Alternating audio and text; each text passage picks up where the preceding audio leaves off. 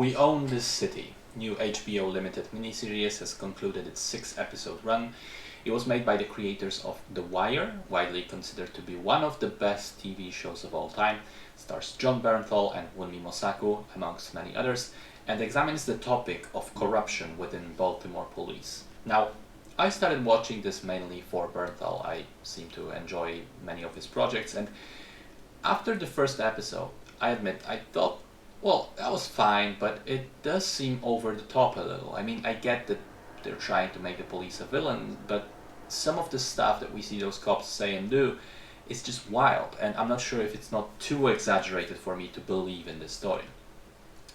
And then I googled it, and I found out that the show was based on true events, on actual events, and features actors playing real people with their names not even changed.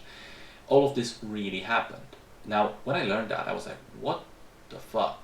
I can't believe the cops in America are allowed to be this corrupt. I mean, really, the story unfolds like some crazy mafia film. It's pretty unbelievable. It's told by jumping between timelines. We have the main investigation taking place in 2017 with FBI slowly getting some of the cops to turn and cooperate and talk. And then through their stories, we go into extended flashbacks of what actually happened over the course of the past decade or so.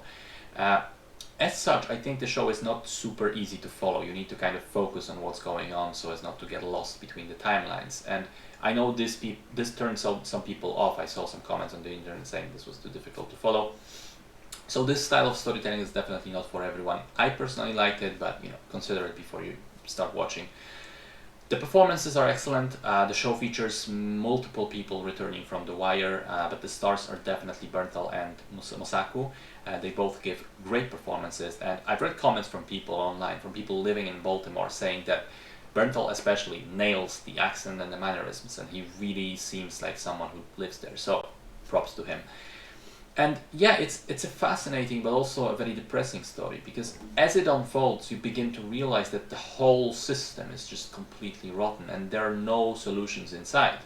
Nothing seems to work to fix things permanently. It's just a cesspool of dishonest gangsters pretending to be policemen. When the show ended and they had the usual texts saying what happened afterwards with the real people, I got really angry. Like, what the fuck? Some of those people did get convicted, but overall it just seemed like fighting symptoms, but not the cause. I mean, I think it's an incredibly timely look at the police in the US, especially as the story of police failure to stop the shooting in Texas is just unfolding as we speak. It's a much needed commentary, and it's a very hot topic in media right now, and I thought the show was very good, but I can't say I enjoyed it per se, because it's one of those things that will make you rightly angry at what you're watching.